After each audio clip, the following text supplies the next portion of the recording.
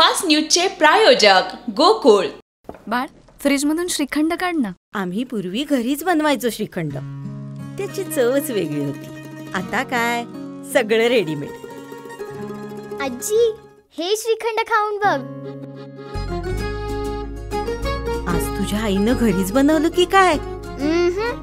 हे आहे गोकुळचं श्रीखंड। अगदी जिभेवर रेंगाळणारं। जिभेवरच नाही तर मनावरही रेंगाळणार। गोकुळ श्रीखंड, मनावर रेंगाळणार। जयपूरमध्ये ब्रेक निकामी झालेल्या डंपरची 17 वाहनांना धडक, 11 ठार, अनेक जखमी।